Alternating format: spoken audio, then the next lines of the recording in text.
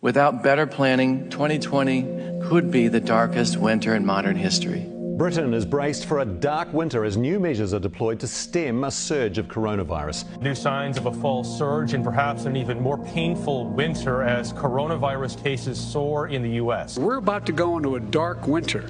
A dark winter. This message is for anyone who has concerns about the upcoming U.S. elections, the potential for chaos and civil unrest, or those who fear what a second wave of COVID-19 could mean for the future of humanity.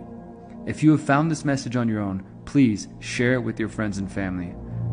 If someone you care about recommended this to you, please watch it and do so with an open mind.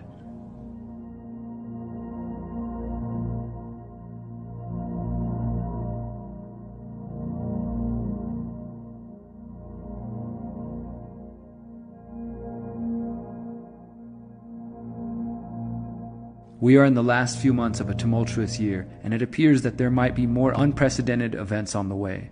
As we near election 2020, it's important to step back and analyze the potential plans of the predator class. Specifically, it's important to understand a number of recent government simulations and exercises. First, let's look at the exercise known as Event 201.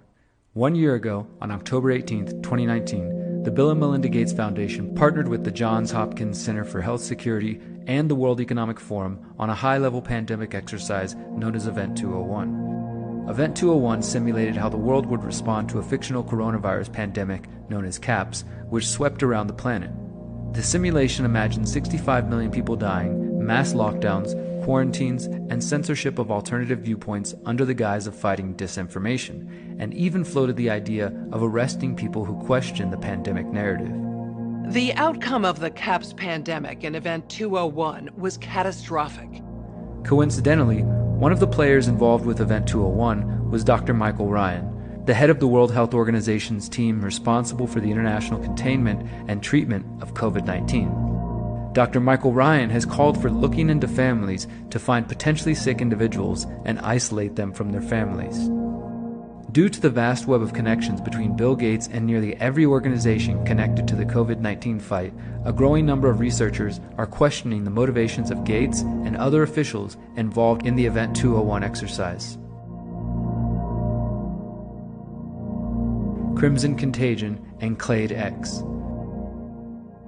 Another important exercise was known as Crimson Contagion and simulated an outbreak of a respiratory virus originating from China. From August 13 to August 16, 2019, Trump's Department of Health and Human Services, headed by Alex Azar, partnered with numerous national, state, and local organizations for the exercise. According to the results of the October 2019 draft report, the spread of the novel avian influenza named H7N9 resulted in 110 million infected Americans, 7.7 million hospitalizations, and 586,000 deaths. Another simulation known as Clade X took place on May 2018. This event examined the response to a pandemic resulting from the release of a fictional virus known as Clade X. In the simulation, the virus was released by a terror group called A Brighter Dawn. As the outbreak spread through the United States, the participants asked what would be needed if the president issued a federal quarantine, noting that the authorities would need to, quote, determine the level of force authorized to maintain quarantine. The Clade X exercise also resulted in the federal government nationalizing the healthcare system. The leaders of these controversial pandemic simulations that took place before the coronavirus crisis have long-standing connections to the U.S. intelligence and U.S. Department of Defense. Even more troubling is that key players in the exercises, specifically Event 201 and Clade X, share a common history in another biowarfare simulation known as Dark Winter. The Darkest Winter. The Dark Winter exercise took place in June 2001, only months before the 9/11 attacks. This exercise took place at Andrews Air Force Base in Camp Springs, Maryland, and involved several congressmen, a former CIA director, a former FBI director, government insiders, and privileged members of the press. The exercise simulated the use of smallpox as a biological weapon against the American public. During the Dark Winter exercise, authorities attempted to stop the spread of dangerous misinformation and unverified cures, just like with the Event 201 simulation. Dark Winter further discusses the suppression and removal of civil liberties, such as the possibility of the president to invoke the Insurrection Act, which would allow the military to act as law enforcement upon request by a state governor, as well as the possibility of martial rule. The script says martial rule may, quote, include, but are not limited to, prohibition of free assembly, national travel ban, quarantine of certain areas, suspension of the writ of habeas corpus, and or military trials in the event that the court systems become dysfunctional.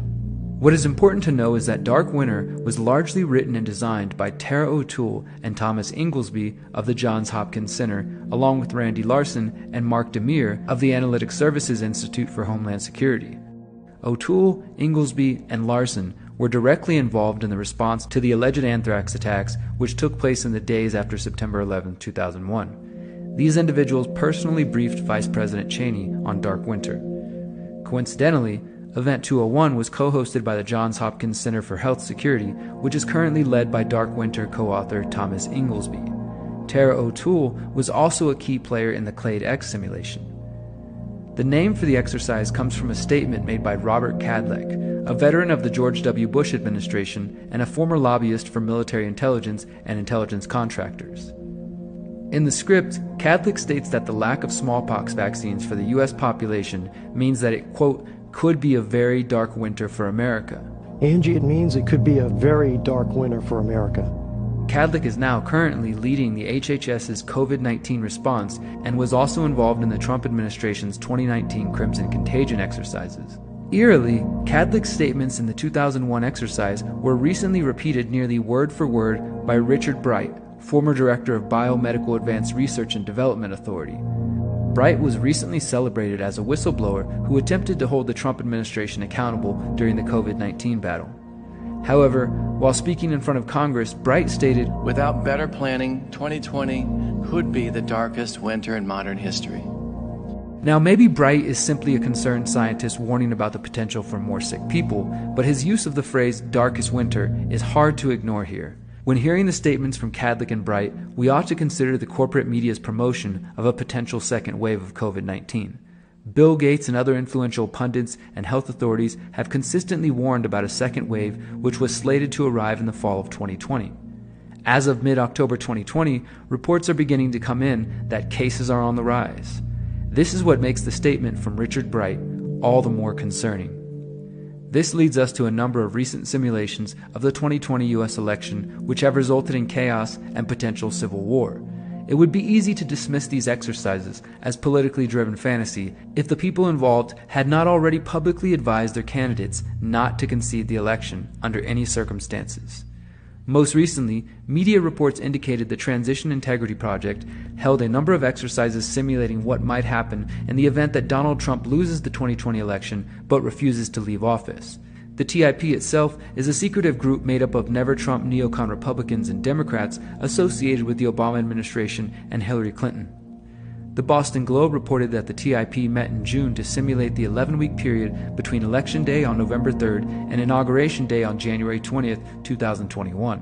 The exercises state that, quote, Trump and his Republican allies used every apparatus of government, the Postal Service, state lawmakers, the Justice Department, federal agents, and the military to hold on to power, and Democrats took to the courts and the streets to try to stop it. The TIP envisioned one scenario where Trump wins and Biden refuses to concede and instead asks for a recount and makes several demands, including to give statehood to Washington, D.C. and Puerto Rico and divide California into 5 states.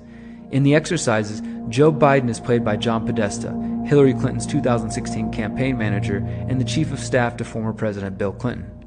The simulations essentially end in a constitutional crisis where there is no clear president and the Supreme Court, or possibly the military, play a deciding role. This unprecedented event could be disastrous for American life, as it is very likely that activists from both sides of the vote would take to the streets to protest what they believe is a theft by their opponents. And if you think protests and fights between extreme leftists and extreme right-wingers are contentious now, just wait until they both feel shafted during the presidential election. Those opposed to Trump will claim Biden won and Trump is attempting to steal the election and create a fascist dictatorship. The Trump supporters will say the satanic radical leftist Democrats are attempting a coup to establish a communist police state. The result will be neighbor turning against neighbor, family members disowning one another, and some political activists may escalate their tactics from protest to violence. Other groups were similarly engaged in war games that predicted complete chaos in the United States on Election Day, as well as the imposition of martial law.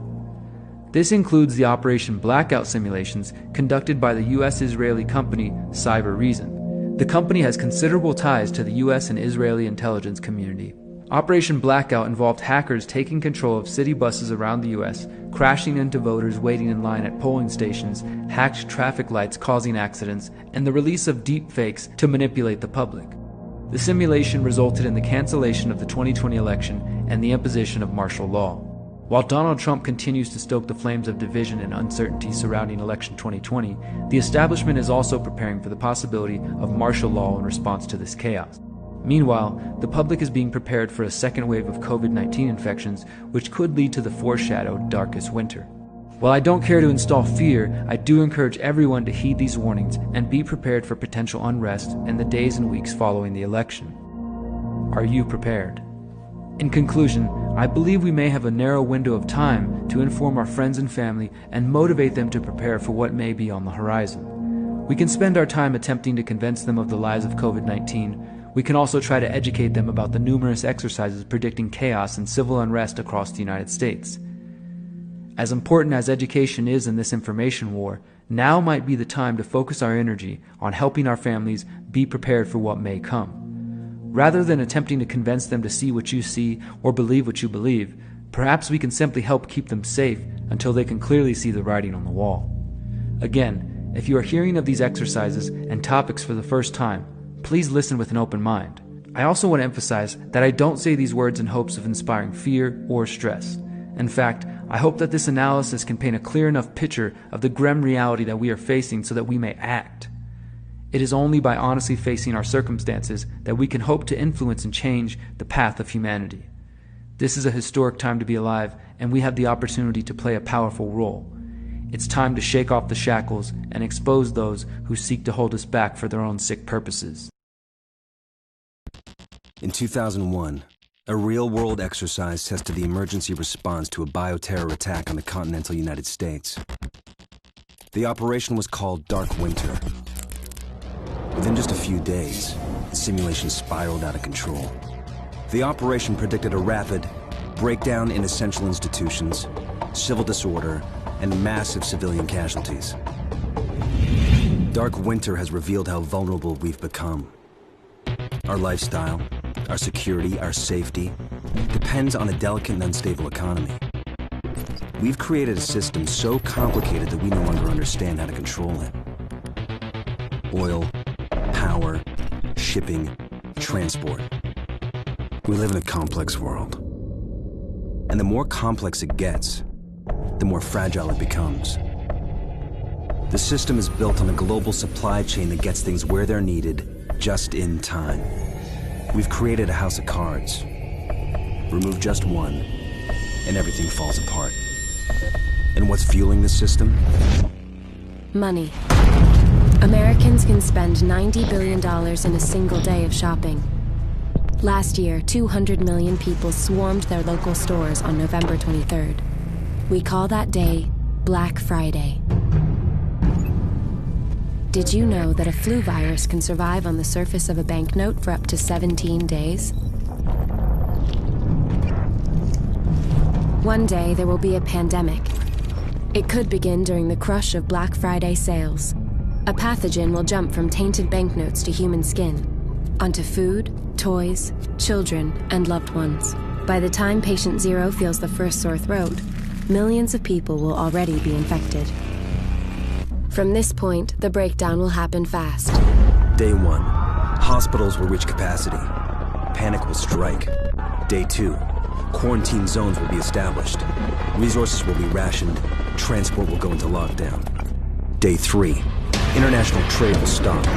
The oil will dry up. The stock market will collapse. Day 4, the power will fail. The shelves will be empty. The taps will run dry. And once hunger and despair take hold, people will do anything for survival. By day 5, everyone will be a potential threat. In 2007, a new presidential directive was signed quietly into law. This maps out the government's response to a crisis, a plan to cope with a real dark winter. It is known as Directive 51.